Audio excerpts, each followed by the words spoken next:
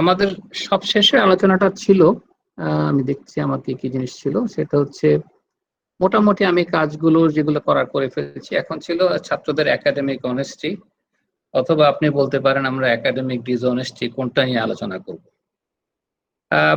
আমি মনে করি যে আমাদের বিগেস্ট চ্যালেঞ্জ হচ্ছে, বিশেষ করে অনলাইন এডুকেশনে, আমি এটা আমাদের ডিপার্টমেন্টে আমরা আগেও শেয়ার করছি, একটা হচ্ছে যে এটাকে ঠিক ফেস টু ফেসের সাবস্টিটিউট ধরে নেওয়াটা অন্যায় হবে।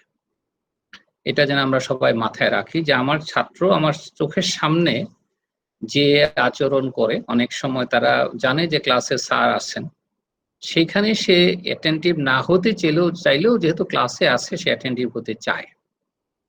কিন্তু এখানে বিশেষ করে এই পর্যায়ে তারা কিন্তু আমার সামনে নাই, যেমন আপনারা সবাই ভিডিও অফ করা, আমি শিওর না সবাই উপস্থিত আছেন কিনা, এটা বোঝার কোনো ক্ষমতা আমার পক্ষে নাই। সুতরাং এটা যেন আমাদের মাথায় থাকে যে আমরা ক্লাসে ছাত্র থাকলেই যে প্রেজেন্ট, আপনারা বলছেন যে আমি অ্যাটেন্ডেন্স শিট রাখবো, আমি এগুলোর পক্ষে না, আমার পার্সোনাল অপিনিয়ন দিচ্ছি। কারণ to me it's a valueless, এই সেন্সে যে সে ক্লাসে এসে দরজাটা বন্ধ করে, ভিডিও বন্ধ করে, অডিও মিউট করে সে কোথায় চলে গেল তার কোনো তার খবর আপনার রাখার ক্ষমতা নাই। হ্যাঁ, দ্বিতীয় আপনি যদি চিন্তা করেন, আমরা একাডেমিক ডিসঅনেস্টি নিয়ে আলোচনা বেশি করি, সেটা হচ্ছে আমি অনেস্টি নিয়ে করার পক্ষে, যে ছাত্ররা এতটা এখনো অমানুষ হয় নাই, ছাত্ররা শিখতে আসে। আমি আমার পার্সোনাল অভিজ্ঞতা শেয়ার করি, ইভেন উইথ এবারে এমবিএ ছাত্রদের অভিজ্ঞতা বলি, তাহলে বুঝতে পারবেন। আমাদের একটা এমবিএ ছাত্রী আমার ক্লাসের, সে করোনা আক্রান্ত ছিল, এবং সে একদিন সকালে আমাকে আমি যখন খবর নিচ্ছি, যেহেতু আমি ক্লাস করাচ্ছিলাম, তো আমি যখন জিজ্ঞাসা করলাম ও কোথায়, তো একজন বলল যে স্যার তো হসপিটালে। তারপরে কিছুক্ষণ পরে তাকে ক্লাসে পেলাম, প্রচন্ড কাশছে। বললাম তুমি কি ছিল? বলে স্যার আমি তো অসুস্থ, তবে আমি ক্লাসে আসতে চাই। তার মানে ক্লাসে সে আসছে, আমার কোনো অ্যাটেন্ডেন্স শিট নাই, কিন্তু আমি কোনো অ্যাটেন্ডেন্স শিট রাখি না। তো সে ক্লাসে আসলো, ক্লাস করছে, এবং অসুস্থ অবস্থায় সে ক্লাস করলো। আমি যখন পরীক্ষার ডেট দিলাম, সে আমাকে একদিন ফোন করে বললো, স্যার আমাকে যদি একটা সপ্তাহ পরে দেন তাহলে আমি পরীক্ষাটা ভালো দিতে পারি। আমি বললাম তোমাকে পরে মেকআপ নেব। সে বললো যে স্যার মেকআপ না, আমি একসাথে পরীক্ষা দিতে চাই, আমাকে শুধু একটা সপ্তাহ যদি পরীক্ষাটা পিছিয়ে দেন। আমি বলছি এই কারণে যে শেখার জন্য ছাত্রদের আগ্রহের কোনো অভাব নাই। আমার ফান্ডামেন্টাল অ্যাসাম্পশন হচ্ছে, আপনাদের সাথে সবাই হয়তো একমত হবেন না, কিন্তু আমি মনে করি ছাত্ররা অনেস্ট। আমি মনে করি আমার ছাত্ররা শিখতে আসছে আমার কাছে। আমার ব্যর্থতার জন্য তাকে ডিসঅনেস্ট মনে করার কোনো কারণ নাই। আমার ব্যর্থতাটা কোথায়? আমি তাকে পড়ানোর সময় সে ইন্টারেস্টটা জাগাতে পারি নাই। আমি তাকে পরীক্ষা কেন্দ্রিক এমনভাবে নিয়ে যাচ্ছি যে সে বুঝতেছে এটা না বুঝলেও মুখস্থ করে উত্তর দিলেও আমি পাশ করে যাব। এই অ্যাটিটিউডটা তার না, এটা অ্যাটিটিউডটা আমাদের। সুতরাং একাডেমিক হিসাবে আমি মনে করি যে আমার অ্যাসাম্পশন অলওয়েজ, এবং আমি এখনো ভুল করি না আমার এত বছরের শিক্ষকতায়, যে ছাত্ররা অনেস্ট। তারা তখনই অনেস্ট, প্রত্যেকটা ছাত্র, আপনাদেরই ছেলে মেয়ে, আমাদেরই ছেলে মেয়ে, তার মা বাবার কাছে অনেস্ট থাকে। তো আপনার কাছে অনেস্ট থাকবে যখন সে বুঝতে পারবে যে আপনি তাকে পজিটিভলি কাজ করছেন। আর আপনি যখন নেগেটিভলি কাজ করবেন তখন সে ডিসঅনেস্ট হবে, তখন বলবো উনি তো আমাকে বিশ্বাস করেন না। তাহলে আমাকে নাম, তো আমি পদ্ধতিগতভাবে এই যেটা ছাত্রদের ক্ষেত্রে বলছি, আমি আপনাকে আমার মার্কস দেখাইলাম, আমার কুইজেও কিন্তু তারা সবাই একই মার্কস পায় নাই। কতটুকু অনেস্ট থাকলে তারা এটা করতে পারে। সুতরাং আমি আমার এই সেমিস্টারে প্রায় সব মিলিয়ে 100 ছাত্র ছিল, আমার কাছে মনে হয় না তারা ডিসঅনেস্ট তৈরি করার জন্য বা না আসছে। আমি তখন প্রশ্ন পরীক্ষা দিচ্ছি, আমি প্রশ্ন করছি যে এই সময়, কিন্তু তাদেরকে আমি যে কাজটা তৈরি করছি, আমার দায়িত্ব ছিল ক্লাসের মাধ্যমে তাদেরকে এটুকু বুঝতে দেয়া যে তাদের শেখার ফলে তাদের জ্ঞান বাড়লে he can feel the positive strength in his life. যে আমি তো এটা জানি, আমি এটা জানি, এটার চেয়ে শক্তি এর বেশি কিছু নাই। সুতরাং সেভাবে যদি আমি চিন্তা করি, সে যদি চিন্তা করি যে ঠিক আছে আমি এটা জানি, এবং আমি এটা জানি, এটা আমি যদি শেখাতে চাই তাহলে আমাকে মাথায় রাখতে হবে যে আমি সে পজিটিভলি কিভাবে তাকে আনতে চাই। কারণ আমি অ্যাটিটিউড হিসাবে পরীক্ষার ক্ষেত্রে আমি অ্যাসাইনমেন্টের অনেক পক্ষে। অ্যাসাইনমেন্ট যত বেশি দেবেন এবং অ্যাসাইনমেন্টটা মুখস্থ না, ওই যে বললাম আমার ক্লাসের সাথে লিঙ্ক করে থাকতে হবে। আমি যে কনসেপ্ট আমি তাকে বলবো যে এটা অ্যাপ্লাই করে একটা ব্যাখ্যা দাও, এবং অ্যাপ্লাই করতে সে একা পারবে না। ধরে নেবেন যে একা অনেক জিনিস শেখা যায় না, গ্রুপ অ্যাসাইনমেন্ট দেন, কোনো অসুবিধা নেই। গ্রুপ অ্যাসাইনমেন্ট দিলে গ্রুপ প্রেজেন্টেশন করতে বলেন, কথা বলুক তারা, আমাদের কষ্টটা বাড়বে। আমরা যদি আমাদের কষ্টটা কমাতে চাই তাহলে খুব সোজা বুদ্ধি হচ্ছে কম্পিউটারকে বলা এইভাবে পরীক্ষা নাও, ডাটা ব্যাংক আছে, এই আছে সেই আছে, এগুলো সব হচ্ছে নিজেদেরকে সহজ করার জন্য। But end of the day ছাত্ররা যদি শিখতে চায়, ছাত্ররা শেখার আগ্রহ নিয়ে আসে ক্লাসে। আজকে আপনারা সবাই এখানে সবাই মানে ইউনিভার্সিটির সিনিয়র প্রফেসররা আছে, এখানে যখন আপনি এসছেন আমার কাছে তার মানে আপনার আগ্রহ আছে শেখার। প্রশ্নটা হচ্ছে আমি সে আগ্রহ ফুলফিল না করলে আপনি বলবেন যে এই ক্লাসে আমার থাকার দরকার নেই। সো এই যে ফিলিংটা আপনার মধ্যে আসবে যে আমি কি শিখছি এখানে, এটা যদি মনে না হয় এবং এটা যদি আমি পজিটিভ রিইনফোর্সমেন্ট না করতে পারি তাহলে আমি শিক্ষক হিসাবে ব্যর্থ। তো আমি মনে করি যে আমাদের ক্ষেত্রে, ছাত্রদের ক্ষেত্রে, আপনি পরীক্ষায় যতগুলো অ্যাসাইনমেন্ট দেবেন আপনি ভয় পাবেন না। ওপেন বুক পরীক্ষা পৃথিবীর সর্বত্র হচ্ছে।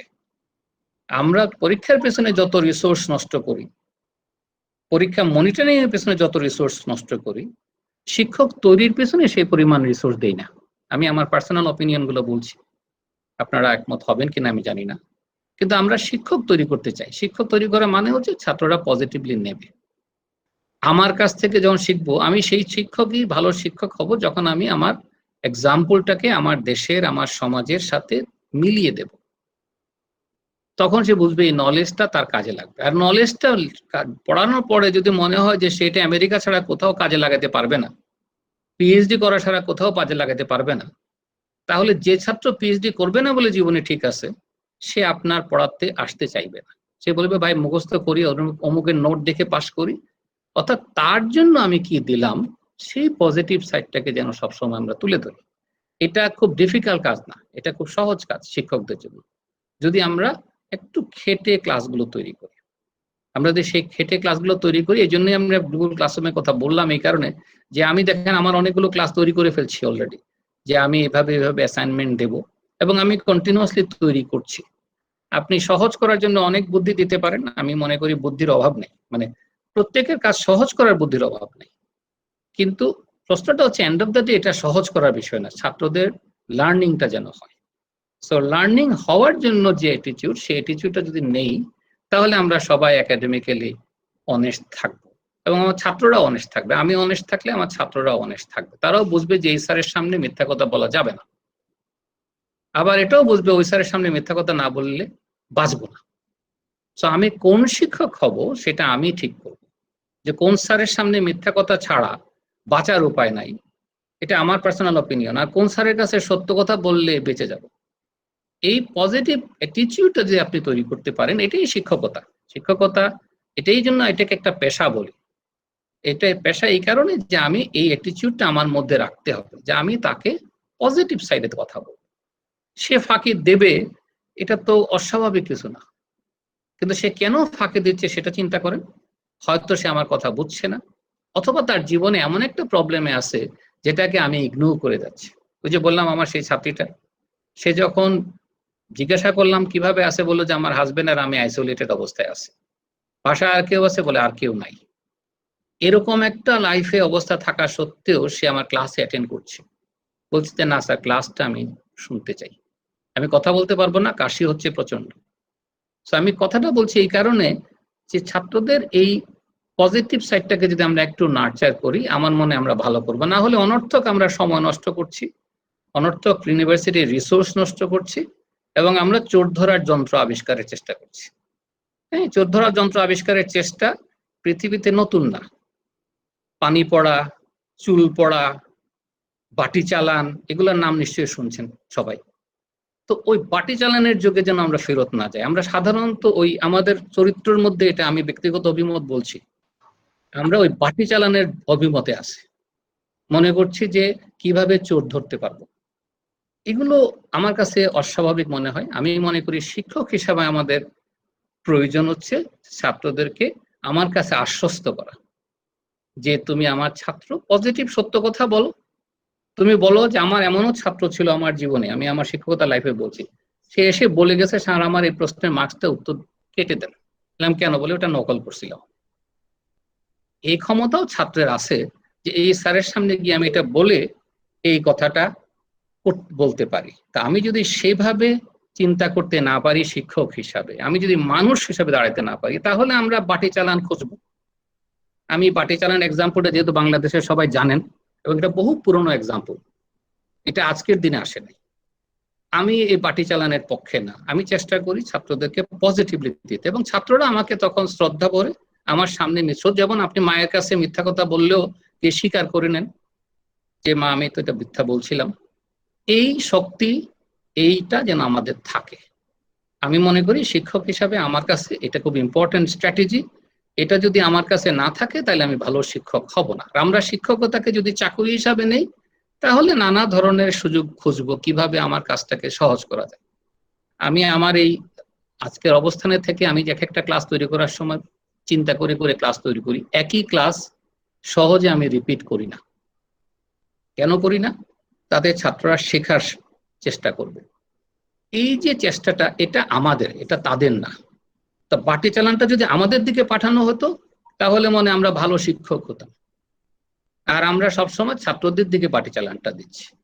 আমি এটার পক্ষে না। অতএব অনেস্টি হিসাবে চিন্তা করলে আমরা নিজেরা কতটুকু অনেস্ট সেটা আমার মনে হয় চিন্তা করা উচিত, এবং সেটা আমাদের জন্য খুব ইম্পর্টেন্ট। আমি এইভাবে আমি মনে করি। আরেকটা অনেস্টি আমাদের, সেটা হচ্ছে ছাত্রদেরকে শেখানো উচিত প্রেজেন্টেশনের সময়, বিশেষ করে আমি শেখাই, সেটা হচ্ছে কারো জিনিস যদি কপি করো তাহলে সোর্সটা, সাইটেশনটা শেখো। হ্যাঁ, কারো আইডিয়া যদি আমরা যাই তাহলে সাইটেশন করাটা হচ্ছে অনেস্টি। এটা আমাদের শিক্ষকদের জন্য দরকার, এটা আমাদের ছাত্রদের জন্য দরকার, এবং এটা ছাত্রদের যদি আমরা এখন না শিখাই, প্রেজেন্টেশনে আমি অনেক জিনিস দেখি, তার মধ্যে এটা একটা ইম্পর্টেন্ট জিনিস। একটা প্রেজেন্টেশন দিচ্ছে, সে সাইট করছে না, আমি বুঝতে পারছি অন্য জায়গা থেকে প্রেজেন্টেশনটা নিচ্ছে।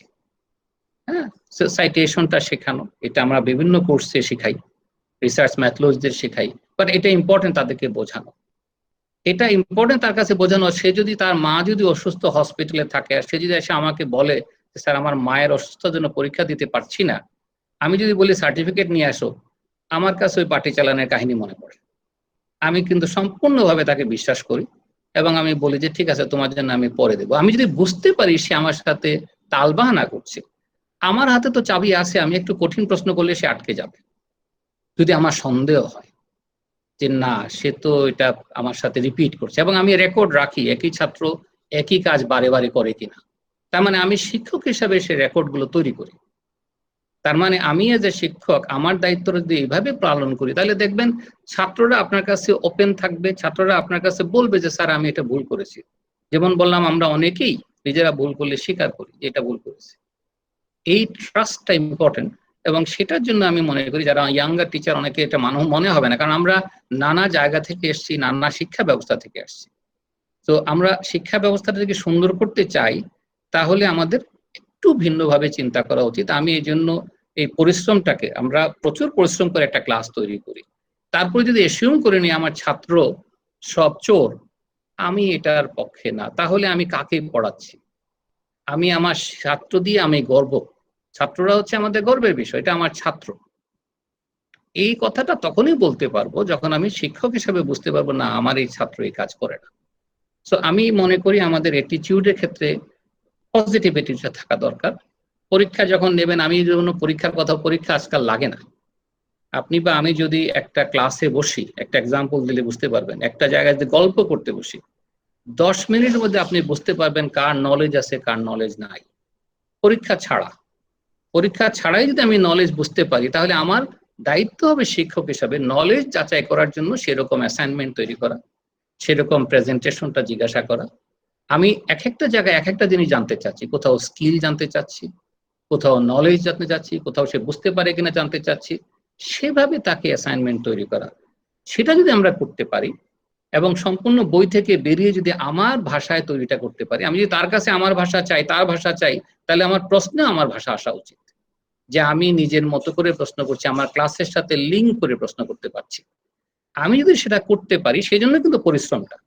এই জন্য বললাম যে বন্ধুকে নলটা ঘুরিয়ে দেন, নিজের দিকে তাকান, আমি আমার দিকে তাকাই যে আমি ভালো কিনা। সেই জন্য এটা সমস্যা। আমি সেভাবে চিন্তা করি যে আমাদের অনেস্টিটা দেখা উচিত। আমি বিশ্বাস করি যে ছাত্ররা যথেষ্ট চেষ্টা করে। অনেক ছাত্র জীবনে প্রথমবার গ্রাজুয়েট হচ্ছে, এরকম ফ্যামিলি থেকেও আসছে।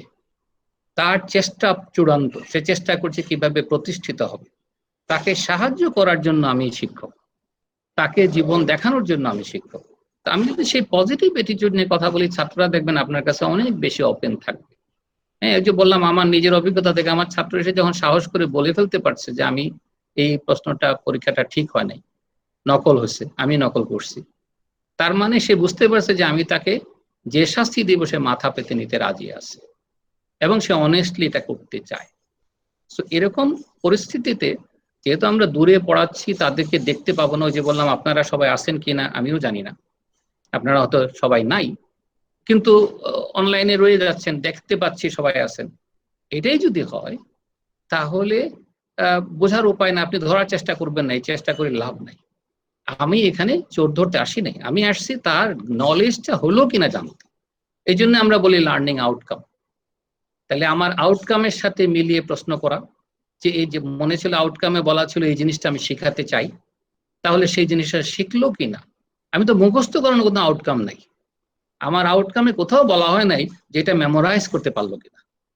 তা আমি যদি লার্নিং আউটকামকে চিন্তা করি, সেভাবে যদি আমি প্রশ্ন করি, তাহলে দেখবেন প্রশ্নগুলো সহজ হবে তাদের জন্য, শিখতে পারবে, তখন বুঝতে পারবে যে ক্লাসে গেলে আমি আনসারগুলো বুঝতে পারি। এটা যদি আমি করতে পারি তাহলে ছাত্ররা যেমন অনেস্ট হবে, আপনিও ইউ উইল ফিল প্রাউড যে আমি তাদের শিক্ষক। আমি আমার ছাত্রদের কাছে সবসময় গর্বের সাথে বলি আমি তাদের শিক্ষক, আমি খুব প্রাউড। এই যে শিক্ষাটা আমি বলতে পারি কারণ আমি জানি যে তারা এই কাজটা আমার সাথে করবে না। অনেক ছাত্র অনেকের কাছে অনেক রকম, আমার কাছে এসে ঠিক হয়ে গেছে, কারণ সে যখন দেখছে আমার অ্যাটিটিউডটা হচ্ছে পজিটিভ, তখন সে পজিটিভ হবে। আমার অ্যাটিটিউড যদি নেগেটিভ হয় সে নেগেটিভ হবে। সুতরাং আমি মনে করি আমরা নিজেরা একটু পজিটিভলি যদি চিন্তা করি এবং একটু পরিশ্রম করি, আপনি ফেস টু ফেসেও যথেষ্ট প্রবলেম আছে। আমরা জানি যে ক্লাসে বসে সে ফেসবুক করতে পারে, বসে বসে করতে পারে, আমরা চেষ্টা করি আটকানো, এখানেও তাই, এখানেও সে অন্য কাজ করতে পারে। সুতরাং সে তখনই ক্লাসে থাকবে যখন দেখবে ক্লাসটা ভ্যালুয়েবল। দ্বিতীয় কথাটা হচ্ছে ক্লাসটাকে আপনি শুধু ইন্টারাকশনে যদি আনতে, এই জন্য আমি অনেকগুলো টুল দেখালাম ইন্টারাকশনে, বিশেষ করে যারা ডায়াগ্রাম পড়াচ্ছেন বিজনেসে, ইকোনমিক্সে, গুগল ইমেজের হেল্প নিয়ে জ্যামবোর্ড দিয়ে আপনার কাজটা করতে পারেন, তাদেরকে ইন্টারেক্ট করতে পারেন। একটা হচ্ছে পুরো 1.5 ঘন্টা 2 ঘন্টা আসলে শুধু বকবক করাটার কোনো মানে নাই, তাদেরকে কথা বলতে বলেন পজিটিভলি। আমরা সাধারণত ভাষায় বলি হায়ার এডুকেশন লার্নিং এ যে যতক্ষণ সময় আমি ক্লাসে থাকবো তার 3 ভাগের 1 ভাগ সময় আমি আসলে চেষ্টা করব ছাত্রদেরকে বলতে দিতে। আমি বলবো, সরি উল্টো ভাবে, আমি বলবো 3 ভাগে, বাকি সময়টা তারা বলবে। ক্লাসটাকে যদি আপনি এভাবে আস্তে আস্তে আস্তে আস্তে পুশ করতে পারেন। আমার ক্লাসে আমি এবারও পেয়েছি অনেক ছাত্র যারা জীবনে ক্লাসে ফেস টু ফেস, যেহেতু এই সেমিস্টারটা মজার সেমিস্টার, অর্ধেক সেমিস্টার ফেস টু ফেস, অর্ধেক semester online, face to face তারা আমার সাথে কথা বলে নাই কখনো। কিন্তু আমি যখন তাদেরকে গুগল ক্লাসে মিটে পাচ্ছি, আমি নাম দেখতে পাচ্ছি, আমি বলছি তুমি প্রশ্নটা উত্তর দাও তো। যেহেতু সে সামনে আসতেছে না, ক্যামেরাও বন্ধ, সে উত্তর দেওয়ার চেষ্টা করছে, কথা বলছে, প্রশ্ন করছে। সো পজিটিভলি যদি আপনি মোটামুটি চেষ্টা করেন তাহলে ছাত্ররা আপনাকে পজিটিভ দেবে। আর আমার অবজেক্টিভ হচ্ছে আলটিমেটলি লার্নিং আউটকামটা দেখা। এটাই হচ্ছে আমি শিক্ষক হিসাবে সার্থক, যে যেটুকু লার্নিং আউটকাম ছিল সেটা শিখতে পারছে। আমাকে বলা হয়েছে এটা শিখাতে হবে, সে শিখলো কিনা। আমাকে কোথাও বলা হয় না এটা মুখস্থ করতে পারছে কিনা। অতএব আমি প্রশ্নের ধারাতে যদি সেই পরিবর্তনটা আনতে পারি তাহলে আমার ধারণা শিক্ষা ক্ষেত্রে বিরাট পরিবর্তন হবে। আমরা নিজেরা যারা বাইরে গেছি সবাই জানি যে সব জায়গায় কিন্তু অ্যাটিটিউড পজিটিভ। আমাদের ক্ষেত্রে আমরা হচ্ছে ম্যাজিস্ট্রেট লাগে পরীক্ষার সময়, আমাদের ক্ষেত্রে পুলিশ লাগে পরীক্ষার সময়। আমাদের এই অ্যাটিটিউডটা হচ্ছে আমরা যেহেতু মেমোরাইজেশন ট্রায়াল করতেছি, এটা আমি এটার পক্ষে না। আমি মনে করি ছাত্ররা ওপেনলি খুব সুন্দর পরীক্ষা দিতে পারে। আমি অনেক ওপেন বুক পরীক্ষা নেই, আজকে না, আমার রেগুলার ক্লাসেও আমি ওপেন বুক পরীক্ষা নেই। এবং ছাত্ররা বোঝে যে না, ওপেন বুক হওয়াটা কঠিন, কারণ স্যার ওভাবে প্রশ্ন করবে, যদি আমি না বুঝে কিচ্ছু উত্তর দিতে পারবো না। তখন চেষ্টা করে ক্লাসে এসে বোঝার। সো আপনি তাকে পজিটিভলি বলেন যে আমার ক্লাসে যদি আসো তুমি সব পারবা, এটা যদি তাকে দিতে পারেন কনফিডেন্স, তখন সে ক্লাসে আসবে, ইন্টারঅ্যাক্ট করবে, বুঝতে চেষ্টা করবে। আমি মনে করি সেভাবে চিন্তা করা উচিত। একাডেমিক অনেস্টি বলতে আমি এইভাবেই চিন্তা করছি। আপনারা যদি কিছু বলেন শুরু বলতে পারেন, আমি এখানে থামি।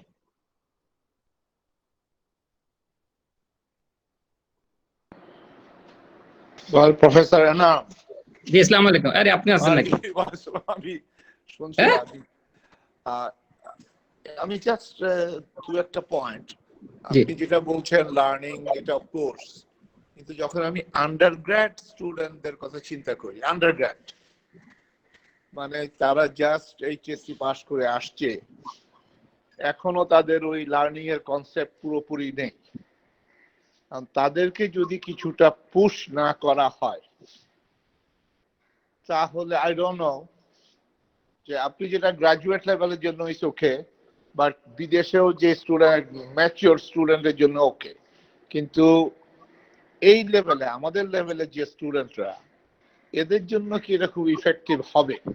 মানে একটু মানে মুখস্থ, আমি ঠিক এক্স্যাক্টলি মেমোরাইজ বলছি না, মানে কিছুটা থাকে ওই, আবার মেমোরাইজ বলছি, ওভাবে না করলে সে কিন্তু একটু খেয়ে হারিয়ে ফেলবে। আমি আমি আমার দিক থেকে বলি, মেমোরাইজেশনটা কিন্তু আমাদের সবার মনে আছে।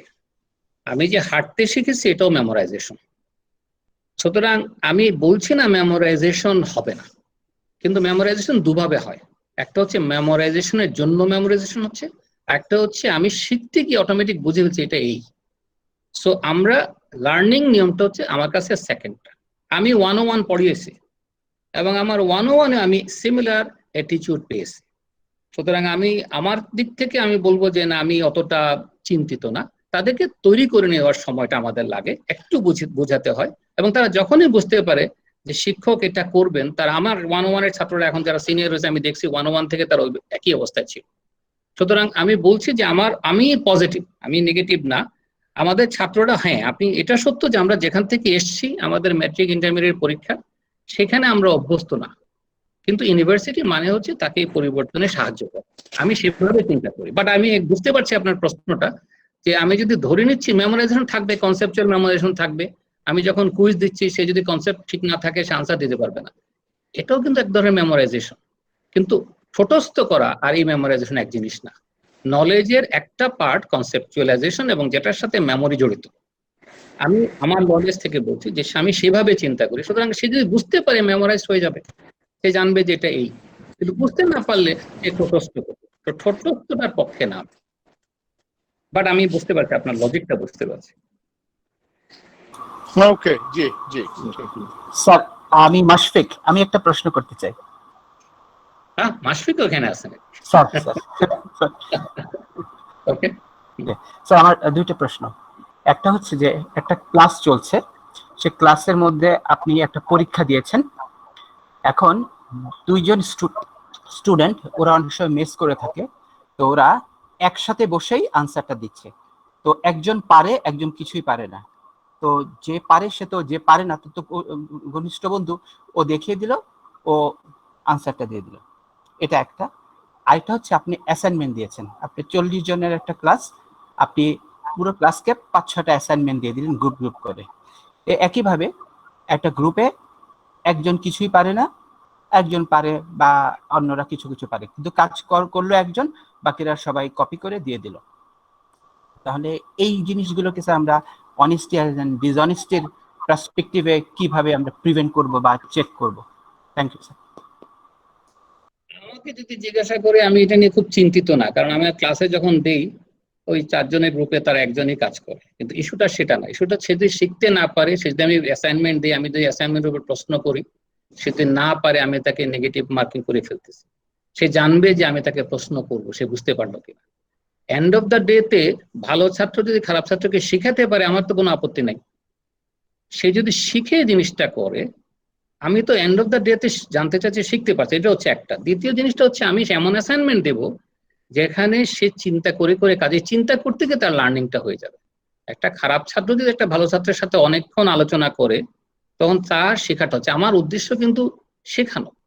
আমার উদ্দেশ্যটা তাকে ফেল করানো, এবং যখনই ভালো ছাত্র কিন্তু ফেল করবে না, ভালো ছাত্র খারাপ ছাত্র তারটা ধরা পড়বে। সুতরাং এটা নিয়ে আমি যত চিন্তা করছি, এই চিন্তাটা আমার কাছে অবান্তর চিন্তা। যে বললাম আমরা সব পার্টি চালানোর দলের লোক, ভাবতেছি সেটা কেন করবো, সেটা করুক না, সেটা করে সে পার পাবে না।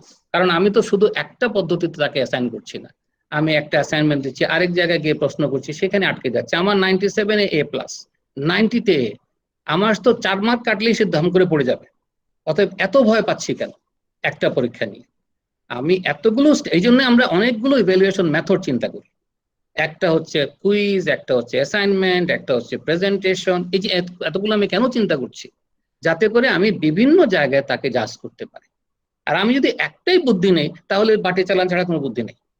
কিন্তু আমার যদি অনেকগুলো পদ্ধতি থাকে, কোথাও না কোথাও সে বড় প্রেজেন্টেশনে দেখা যাবে সে কথা বলতে পারছে না, আমি প্রশ্ন করলাম উত্তর দিতে পারছে না, সে জানে যে স্যার তো প্রশ্ন করে বসবে, তাহলে আমি ধরতে পারবো না কেন? তাহলে আমি যদি টুলটাকে একটু ডাইভার্সিফাই করি এবং একটা টুলের উপর সব মার্কস না দিই, তাহলে কিন্তু আমি ধরতে পারি। আমার অবজারভেশন, তাই আমার সাথে হয়তো সবাই এগ্রি করবেন না, কিন্তু আমার অবজারভেশন হচ্ছে যে আমি তাকে ধরে নেব এবং সে ওভাবে চলে যাবে। হ্যাঁ, এমনও ছাত্র আসছে আমার কাছে যে এই জায়গায় সে ভালো করছে, আমি বুঝতে পারছি এই গুণটা ভালো, আরেকটা জায়গায় সে আটকে গেছে। একই ছাত্র আমার দুই কোর্সে একই রকম গ্রেড পায় না, কারণ একটা কোর্সে সে খুবই ভালো, কারণ সে এটা বোঝে, আরেকটা কোর্সে বোঝে না।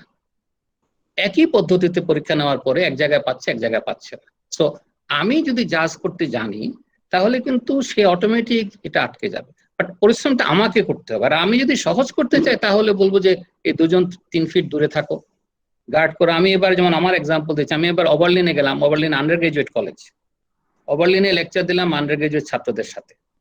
সেখানে আমাকে বলল ওভারলিনের নিয়ম হচ্ছে পরীক্ষার হলে কোনো টিচার যাবে না। আমি বললাম পরীক্ষার হলে কোনো টিচার যাবে না, বলো কি? বলেন না, কোনো টিচার যাবে না, পরীক্ষার হল ছাত্রদের হাতে, ছাত্র তাদের অনার্স সিস্টেমে পরীক্ষা দেবে। এটা আন্ডার গ্রাজুয়েটের কথা বলছি, এটা গ্রাজুয়েট স্কুলও না। এবং সেখানে তারা পরীক্ষা দিচ্ছে, এবং এটা করে যে তারা ওভারলিন is one of the top college. সুতরাং সেভাবে চিন্তা করলে পৃথিবীতে সম্ভব। আর আমরা যদি মনে করি আমরা নিচু শ্রেণীর জাতি, আমরা আমাদের দ্বারা হবে না, আমেরিকানরা উঁচু শ্রেণীর জাতি, আমেরিকান ইতিহাস তা বলে না। ইতিহাস বলে না যে তারা আমাদের চেয়ে উঁচু শ্রেণীর জাতি। অতএব আমি এই ভয়টা কেন পাচ্ছি? আমি আমার দিক থেকে বললাম আর কি।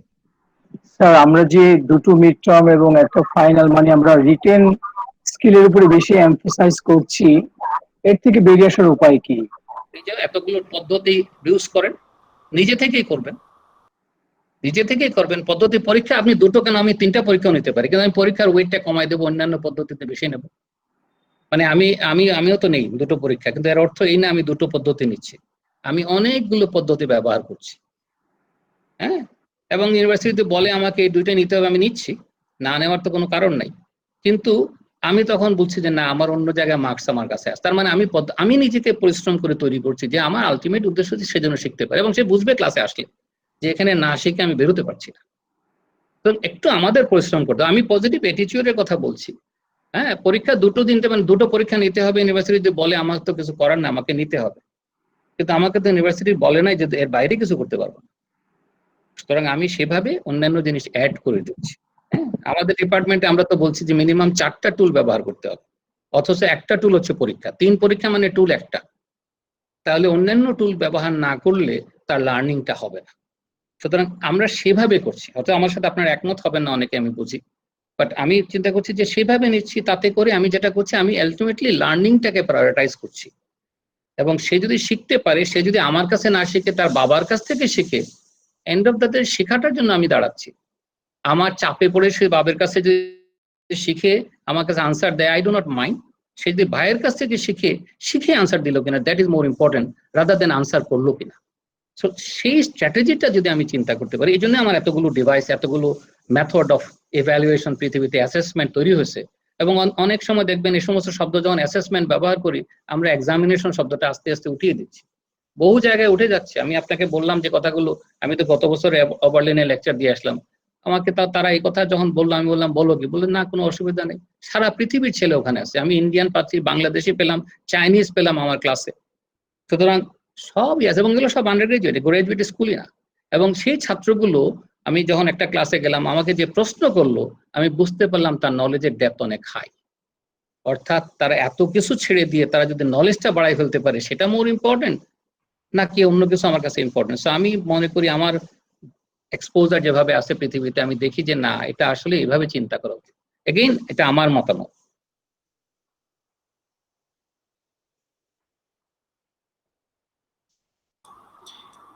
স্যার আরেকটা কথা বলি স্যার, এমন কি করা যায় যে আমাদের ক্লাস অ্যাটেন্ডেন্সের জন্য একটা মার্কস আছে, সে একজন ফ্যাকাল্টি আজকে কিছু পড়ালেন, আজকে সে এবং অল্টারনেট ডেতে উনি আবার আসছেন, তো উনি বলবেন যে আমার প্রত্যেকটা ক্লাসে আমার পরে আমি একটা করে কুইজ নিব, সে 20 জন স্টুডেন্ট বা 40 জন স্টুডেন্ট, আমি আজকে 20 জনকে প্রশ্ন করলাম, 20 জন কি আনসার দিল আমি সেটা রেকর্ড করে রাখলাম, পরে আমি আরো নতুন 20 জনকে প্রশ্ন করলাম, আমি কি আনসার দিলাম আমি রেকর্ড করে রাখলাম, এগুলোর ভিত্তিতে একটা মার্কস।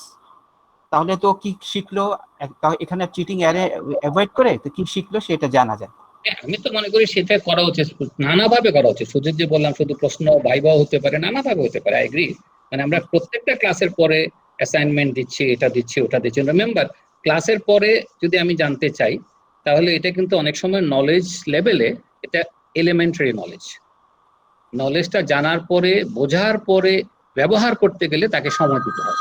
সেজন্য আমরা অনেক সময় বলি যে আর একটু সময় নেই, আমরা বলি যে ঠিক আছে এক কাজ করেন, আজকে পড়ো, আগামী 2 সপ্তাহ পরে পরীক্ষা হবে।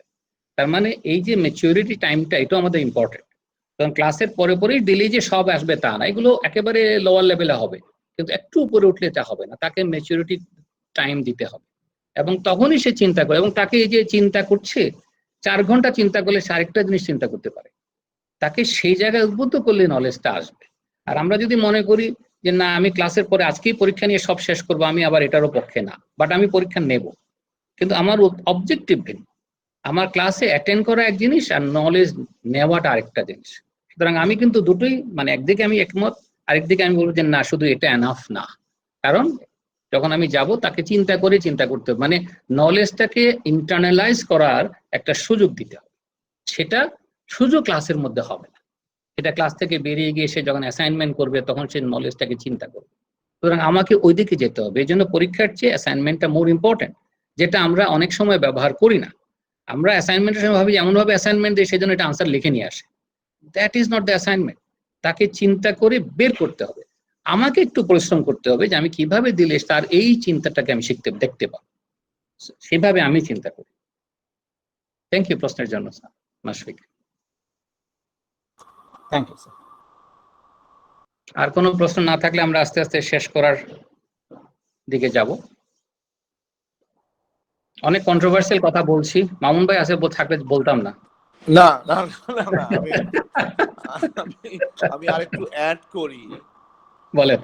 ওই যে একটা জোক আছে, একটা ছাত্র ক্লাসে যায় না, কিন্তু এমনি সবকিছুই ভালো, জিজ্ঞেস করলো যে তুমি ক্লাসে যাও না কেন, বলে ক্লাসে যে ভুল শিখবো তার চেয়ে না যাওয়াই ভালো। মানে ইটস এ জোক, কিন্তু আন্ডারগ্রেডে যে স্ট্রাকচারড এডুকেশন, যেটা ফ্লেক্সিবিলিটি তার অনেক কম, ওই যে মুশফিক যে কথাটা বললো ক্লাস অ্যাটেন্ডেন্স, মানে এটাতেও আমরা মার্ক দিই। মানে প্রত্যেকটা জিনিসকে আমরা ভেরি স্ট্রাকচারড ওয়েতে, যেটা গ্রাজুয়েট প্রোগ্রামে অত স্ট্রাকচার না, মানে এই স্ট্রাকচারড ওয়েতে থাকারও কিন্তু একটা কারণ আছে। আন্ডারগ্রেড ওই যে বেসিক যে ওরা এখনো ম্যাচিউর লেভেল হাই হয় না, যে বিভিন্ন টাইপের কুইজ, যত বেশি এক্সাম হয়, আমরা আনফরচুনেটলি ওই স্ট্রাকচারটাকে এত বেশি ধরে নেই, মানে ওর বাইরে আর আমরা যেতে চাই না। আপনি যেটা বারবার বলছেন যে ওর বাইরে আমাদের যেতে হবে, কিন্তু এটা মানে আনফরচুনেটলি স্কোপটাও আমাদের অনেক লিমিটেড। আমি সত্যি কথা বলি যে অনেক কেসে অনেকে, মানে আমাদের অনেক ফ্যাকাল্টি মেম্বার সিনিয়র, তারাও কিন্তু ভেরি স্ট্রাকচারড, ওর বাইরে তারা যেতেই চায় না। তাহলে এই ফ্লেক্সিবিলিটিটা আনার জন্য আপনি তো আপনার ডিপার্টমেন্টে ট্রাই করেন, এটা আমি মনে করি ইজ ভেরি ইম্পর্টেন্ট। মানে কুইজ মানে শুধু কুইজ না, quiz can be in different form, exam can be in different form, যেটা আমার আন্ডারগ্রেডে হচ্ছে এত ফ্লেক্সিবিলিটিটা ঠিক হবে না। বলেন, আপনি বলেন। আপনি বুঝতে পারছি, মানে আই সি দ্য পয়েন্ট, কিন্তু আমি মনে করি এই জন্য আমাদের একটু ইনভেস্ট করতে হবে আমাদের শিক্ষকদের পেছনে। সেটা হচ্ছে যে নানাভাবে তাদেরকে মনিটর করা, মোর ইম্পর্টেন্ট, সারা পৃথিবীতে তাই করে। শিক্ষক কি প্রশ্ন করলো, সেটার মধ্যে লার্নিং ছিল কিনা, সেই প্রশ্নটা মুখস্থ ছিল কিনা, এগুলো মাঝে মধ্যে ইভ্যালুয়েট করা উচিত। এবং এটা যদি ইভ্যালুয়েট না করি তাহলে শিক্ষক বলে করবে আমি যা দিচ্ছি তাই তো হচ্ছে। মানে আমরা সিস্টেমে যেটা হচ্ছে সেটা হচ্ছে আমরা আসলে এই শিক্ষকদের এই অ্যাকাউন্টেবিলিটিটা আনতে চাচ্ছি না। হ্যাঁ, আমি মনে করি আমাদের শিক্ষকদেরও অ্যাকাউন্টেবিলিটি থাকা উচিত। আর ক্লাস অ্যাটেন্ডেন্সে আমি জীবনে কোনো মার্কস দিই না আমার হোল লাইফে। আমার একটা এক্সাম্পল দিয়ে বলি, আমি যখন চট্টগ্রাম বিশ্ববিদ্যালয়ে প্রথম শিক্ষকতা শুরু করি তখন আমাকে প্রথম বলা হলো, সাবসিডিয়ারি ছিল তখন, সাবসিডিয়ারির ইকোনমিক্স পড়াইতে। আমি খুব বিরক্ত হলাম আমার শিক্ষকদের প্রতি, কারণ আমার স্বামী ডিপার্টমেন্টের ছাত্র। আমি বললাম স্যার আমি তো অনার্স পড়ে আসছি, আমাকে সাবসিডিয়ারিতে ইকোনমিক্স পড়াইতে বলছেন, আমি কি পড়াবো? তো তারপরে শুনলাম 400 ছাত্র, গ্যালারিতে ক্লাস। আমার পাশে আমার এক স্যার বসেছিলেন, বললেন তুমি এত হতাশ হচ্ছ কেন? বললাম কেন স্যার? বলে আমি তো আরেকটা সেকশন পড়াচ্ছি। বলে তারপরে? বলে কেউ আসে না, 10 জন আসবে, 400 ছাত্র আসবে 10 জন। তো আমি দেখলাম যে বুদ্ধিটা খারাপ না, আমি গিয়ে ক্লাসে দেখলাম ওই 10-12 জন ছাত্র। আমি 1 মাস করার পরে পুরো হল ভরে গেল। এটা কিন্তু আমার জীবনের প্রথম শিক্ষকতা। পুরো হল যখন ভরে গেল তখন আমি বুঝতে পারলাম যে ছাত্ররা শেখার জন্য আসে। সো আমি মনে করি আপনি যখনই, এবং আমি যখনই বলি, এটা আপনারা বিশ্বাস করবেন না, যখনই আমি অ্যাটেন্ডেন্সে মার্কস দেই তখন আমি আসলে একটা সাবলিমিনাল মেসেজ দিই ছাত্রদের। মেসেজটা হচ্ছে ইনডাইরেক্টলি এটা বলার চেষ্টা করছি যে আমার ক্লাসটা আসলে খুব কাজের না, কিন্তু তুমি না আসলে আমার চাকরি থাকবে না, অতএব আমি অ্যাটেন্ডেন্স নিচ্ছি যেহেতু তুমি আসো। সো সাবলিমিনাল মেসেজটা আমরা অনেক সময় বুঝতে পারি না, কিন্তু আসলে ক্লাস অ্যাটেন্ডেন্সে আমি এমনভাবে প্রশ্ন করব আমার ক্লাসে না থাকলে সে এটা আনসারই করতে পারবে না। এইটাই যদি আমি তৈরি করতে না পারি তাহলে সে ক্লাসে আসবে কেন? এবং এই যে ক্লাসে আসবে কেন, এটা আমি মনে করছি তাকে আনতে হবে। আমার কথা হচ্ছে আমি এগ্রি করি ওই জোকের সাথে, দরকার নাই আমি আসবো কেন? যে ক্লাস আমাকে ভ্যালু অ্যাড করে না সেই ক্লাসে আমি কেন আসবো, সময়টা নষ্ট করবো? এবং এডুকেশন কিন্তু সেদিকে যাচ্ছে। আপনি যদি গ্লোবাল এডুকেশন গুলো দেখেন সবাই বুঝতে পারছে যে যত দিন যাচ্ছে অল্টারনেটিভ সোর্সে নলেজ চলে আসছে। অল্টারনেটিভ সোর্সে যদি নলেজ চলে আসে তার মানে আপনার কাছে ক্লাস না করে আমি হার্ভার্ডের ওপেন কোর্সে চলে যাচ্ছি, সেখান থেকে আমি শিখে ফেলছি, এবং সেই যে শিখে ফেলছি আমি আরেক জায়গা থেকে, তার মানে আমার এখান থেকে না হলেও চলে। আপনি আমাকে প্রশ্ন করে যে আটকাতে পারেন সেটা করেন, তাহলে আমি কেন অ্যাটেন্ডেন্সকে জোর দেবো? বা ডিসিপ্লিনের জন্য আপনি বলতে পারেন যে আমি এটা চাই, সেটা বোঝার জন্য ক্লাস রিলেভেন্ট প্রশ্ন করেন, ডিসকাশন রিলেভেন্ট প্রশ্ন করেন। তার মানে হাউ টু আস্ক কোয়েশ্চন সেটা শেখেন, একটা প্রশ্নকে কিভাবে 5 ভাগে ভাঙা যায় সেটা শেখেন।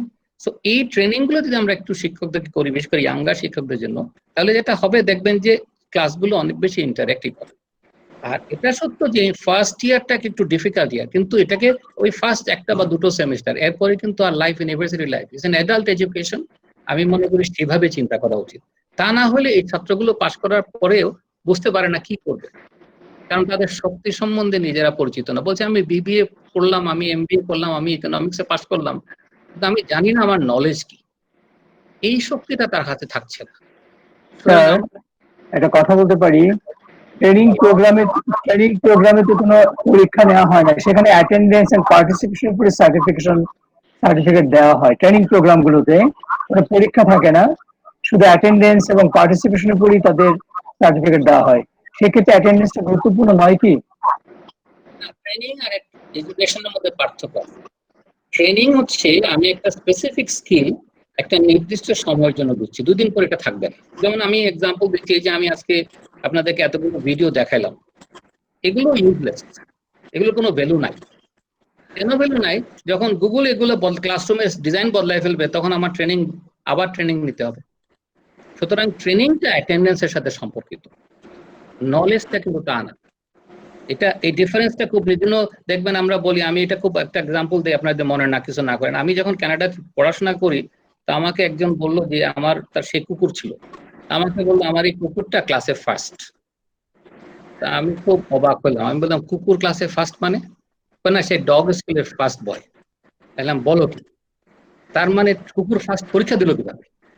বললো তুমি স্কুলে গেলে দেখতে পাবা। বলে কেন? বলে ওকে কমান্ড দিলে সব বোঝে। এই যে এইভাবেও তার মানে পরীক্ষা ছাড়াও ট্রেনিং এর কিন্তু জাজমেন্ট আছে, সে ক্লাসে যায় এটা বোঝে। তো ইন্টারেস্টিং হচ্ছে আমি বলছি যে ট্রেনিং কিন্তু আমরা রিভার ট্রেনিং করি বাংলাদেশে। তার মানে ট্রেনিংটা হচ্ছে স্পেসিফিক স্কিল ট্রান্সফার করা, এডুকেশনটা লাইফ লং লার্নিং। তাকে এমন একটা স্কিল দিচ্ছি যাতে সে ফ্লেক্সিবল থাকবে, একটা থেকে আরেকটা যেতে পারবে। এই এবিলিটি তৈরি করাটা, রেজিলিয়েন্স তৈরি করাটা হচ্ছে এডুকেশনের উদ্দেশ্য, যেটা কিন্তু ট্রেনিং এর অবজেক্টিভ না। আমি একটু যদি অ্যাড করি আমি, জি, অন্যভাবে যদি বলি যে আমার কলিগ যে প্রশ্নটা করলেন ট্রেনিং অর সার্টিফিকেট কোর্সেস, আসলে সার্টিফিকেট কোর্সেস যেমন is some sort of continuous learning. Exactly, মানে আপনি ডিগ্রি অলরেডি পেয়ে গিয়েছেন, ইউ আর নলেজেবল, কিন্তু বাই দ্য টাইম মানে ওয়ার্ল্ড হ্যাজ ডেভেলপড, অনেক কিছুই যেগুলো নতুন নতুন জিনিস আসে, এই জন্য আমরা 2 দিন বা 4 দিন বা ম্যাক্সিমাম 1 মাসের একটা ট্রেনিং প্রোগ্রাম নেই। এটা হলো নলেজ আপডেট করা, যে কন্টিনিউইং লার্নিং, যেটা মিড লেভেল ম্যানেজার, সিনিয়র ম্যানেজাররা অনেক সময় নেই। সো ওই সার্টিফিকেটে পরীক্ষার কোনো আসলে দরকারই নেই, এটা তারা তাদের নিজেদের ইন্টারেস্টে আসে। বাট আমি আপনার ওই আগের যাই যে পাবলিক ইউনিভার্সিটি যে 200 স্টুডেন্ট, আপনি বলেন 400 স্টুডেন্ট, ওখানে মানে অ্যাটেন্ড করা না করা two me is almost same. মানে 400 ছাত্র যখন টিচার লেকচার দেয়, ইন্টারাকশন হয় না, কিছু হয় না, ওই ছাত্ররা অনেক সময় আসেও না, ওই পরে টিচারকে রিকোয়েস্ট করে একটা পাসিং পার্সেন্টেজ নেয়। কিন্তু আমি যখন প্রাইভেট ইউনিভার্সিটির বেলায় আসবো, এই যখন আপনার সাথে একটু আমি ডিফার করব, একটা ছাত্র যদি ইভেন ক্লাসে বসেও থাকে তাহলেও সে কিছু না কিছু লার্ন করবে, টিচার কিছু বলবে, সে যদি হাফ দ্য ক্লাস ঘুমায় আর হাফ দ্য ক্লাস জেগে থাকে, তার ভিতরে কিছু গেলে সে কিছুটা জিনিস সে নেবে। আর যদি টোটালি সে অ্যাবসেন্ট থাকে, এই জিনিসটা সে মিস করবে। আর আমাদের এখন তো প্রাইভেট ইউনিভার্সিটিতে যেটা হয় 30-40, ম্যাক্সিমাম হয়তো 50 বা 60, এখানে ইন্টারাকশন অনেক বেশি। সো এখানে যদি ক্লাসে বসেও থাকে, আমার মনে হয় probably he will learn something যদি সে টোটালি অ্যাবসেন্ট থাকে তার চেয়ে। এই হিসাবে মানে ক্লাস অ্যাটেন্ডেন্সটা টু মি ইজ, আপনি মার্ক দেন বা না দেন অন্য কথা, বাট ক্লাস অ্যাটেন্ডেন্সটা ইজ এ লিটল ইম্পর্টেন্ট, এটা আমি মনে করি। স্যার যদি পারমিশন দেন, আমি আমার কিছু পার্সোনাল এক্সপিরিয়েন্স শেয়ার করতে চাই। স্যার আমি ইউকে তে 7 ইয়ার্স আন্ডারগ্রেড লেভেলে পড়ানোর সুযোগ পেয়েছিলাম। তো তখন স্যার অনেকগুলো সিপিজি ট্রেনিং এ আমাকে অ্যাটেন্ড করতে হতো রেগুলার। তো স্যার প্রত্যেকটা ট্রেনিং এর শেষে আমাদের এক্সাম নেওয়া হতো, সেটা এমসিকিউ হতে ছিল, কখনো কখনো গ্রুপ প্রেজেন্টেশন ছিল, কখনো স্যার কেস অ্যানালাইসিস ছিল রেলিভেন্ট। তো স্যার আমাদেরকে ওখানে স্যার অ্যাটেন্ডেন্স তো ডেফিনেটলি ম্যান্ডেটরি ছিলই, সাথে আমাদের after every training we had exam, like different types of exam. তাহলে স্যার এটা মনে হয় থাকা উচিত ট্রেনিং এর পরে, যে আসলে আমি কতটুকু নিতে পারলাম। পারভেজ কিছু বলবো? শোনা যাচ্ছে, শুনছি, বলো। স্যার আমি sir with your permission sir, আপনি স্যার এই মিটিংটা তো স্যার অনেক লম্বা সময় গেছে এবং ইটস এ ভেরি রিভিটিং ডিসকাশন এবং সব সাইড থেকে ওপিনিয়ন জানা যাচ্ছে, কিন্তু স্যার এটা আমার মনে হচ্ছে যে স্যার অন একটা হায়ার লেভেল ডিসকাশন স্যার। আর আপনারও উপরে একটা স্ট্রেইন পড়েছে, এখানে একসাথে আপনি 3.5 ঘন্টার মতো তো আপনি আছেন স্যার এখানে, বাকি এখানে আরো অনেক সিনিয়ররা আছে, অনেকক্ষণ এটা গেছেন। আর যদি কোনো ইম্পর্টেন্ট কিছু ফিডব্যাক থাকে তাহলে স্যার আপনার জন্য ভালো হয়, তাহলে আপনি এক নাগাড়ে 4 ঘন্টাও বলছেন স্যার। সো আর যদি কোনো ইস্যু থাকে তাহলে আপনারও র‍্যাপ আপ করতে চান। আমার দিক থেকে আর খুব একটা ইস্যু নাই। মামুন ভাই র‍্যাপ আপ করে দেন আপনি। কিন্তু আমি বলছি আপনার এই একটা কথাই বলবো, এই 4 ঘন্টা সেশন যদি 2 দিনে হতো তাহলে হয়তো, কারণ অনেক কিছুই আমরা খুব কুইকলি, আপনি তো বলে যাচ্ছেন এই আমিও পারিনি ওটা আপনাকে ঠিক ফলো করতে, মানে আপনি you said a lot of thing, এগুলো আমাকে আবার আপনার ওই যে দেখতে হবে এগুলো ভিডিওগুলো। আমি ভিডিওগুলোর লিংকগুলো এখনই দিচ্ছি এখানে, যদি আপনারা দেখতে চান সবগুলো ভিডিও লিংকটা আমি দিয়ে দিলাম, আপনারা কপি করে রাখতে পারেন, অথবা ইউটিউবে গিয়ে আমার নামে একই হক সার্চ করলে পেয়ে যাবেন। আপনার নামে দিলেই হবে। হ্যাঁ অলরেডি আছে, অলরেডি কিছু আছে, আমি দেখেছি। ওকে হ্যাঁ। ওকে না Thank আপনি শেষ করেন, আপনি তো ওকে, থ্যাংক ইউ ভেরি মাচ। অনেকক্ষণ সবাই ছিলেন। আমি শিওর না কতটুকু আমি সাকসেসফুল হলাম, বাট আমার চেষ্টা ছিল যে মোটামুটি ভাবে আমরা গোছাচ্ছি, আমরা ঘর গোছাচ্ছি বিপদের সময়। সুতরাং যে ভালো যেন শিক্ষাটা থাকে, ছাত্ররা যেন ভালোভাবে শিখে, সেটা আমাদের টার্গেট। এবং সেই জন্য আমি সিআরটি কে ধন্যবাদ দেবো যে সিআরটি এটা অর্গানাইজ করছে, কারণ this was A important issue যেটা রিকোয়ার্ড ছিল। তো থ্যাংক ইউ ভেরি মাচ, সবাইকে ধন্যবাদ।